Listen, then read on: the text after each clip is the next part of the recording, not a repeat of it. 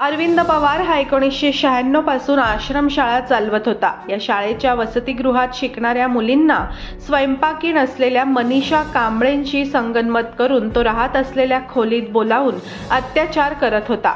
कुरळप तालुका वाळवा येथील एका आश्रमशाळेतील 8 अल्पवयीन मुलींवर लैंगिक अत्याचार केल्याप्रकरणी आश्रमशाळेचा संस्थापक अरविंद आबा पवार वय वर्ष 66 व त्याला मदत करणारी वसतिगृहातील स्वयंपाकीण मनीषा कांबळे वय वर्ष 43 यांना येथील जिल्हा न्यायाधीश एस गांधी यांनी एकाच गुन्ह्यात 4 वेळा जन्मठेपेची व विनयभंगाच्या गुन्ह्यात स्वतंत्र शिक्षा सुनावली आहे।